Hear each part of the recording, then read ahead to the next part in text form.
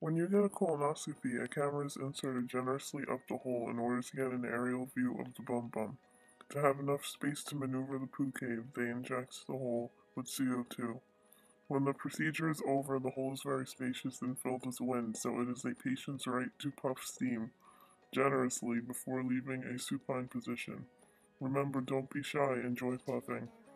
When you get a colonoscopy, the doctor will give you a sleeping medicine in order to investigate the poop canoe without you being too aware of it.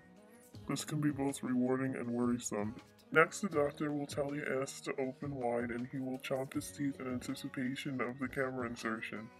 Once the camera is securely warmed by the walls of the anus tunnel, the doctor will yell, "Wow, what a great ass," and he will begin singing, "I'm going through the neighborhood, I'm swerving and trolling the anus hood." If he encounters poo in the anus, he will say, "That's a damn shame, I told this idiot to take the diarrhea juice yesterday so my camera could have a smooth sail ride." If he doesn't encounter any troublesome hemorrhoid distractions, he can slurp the camera back to planet Earth. The procedure is done, but the patients will have a sore hole for many days. When informal, you get a colonoscopy. A minuscule video recording pipsqueak is firmly introduced into a hopefully empty anal cavity. A commonly used way to travel via the ass dungeon is by injecting CO2, otherwise known as carbon dioxide.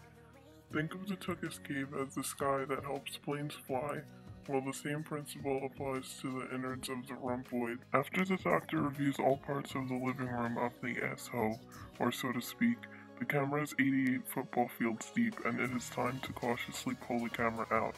It is essential to do so with the required grip, since you wouldn't want to have to poop out a camera once the camera is safe from the dark planet known as your ass. The Ernest has other business to be dealt with promptly.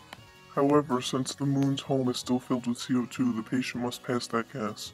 It is important to FART, because if you stand up without doing so, all the air in your ass could cause a chemical reaction so strong that it could possibly blow up the hospital. At this point, nurses will say it's time to ripple effect, and then they leave you to puff. But if you don't puff all the steam, they will vacuum your bum.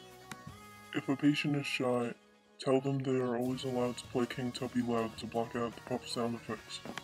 I hope this has helped you to learn more about colonoscopies, and for heaven's sake, be kind to your southern crevice.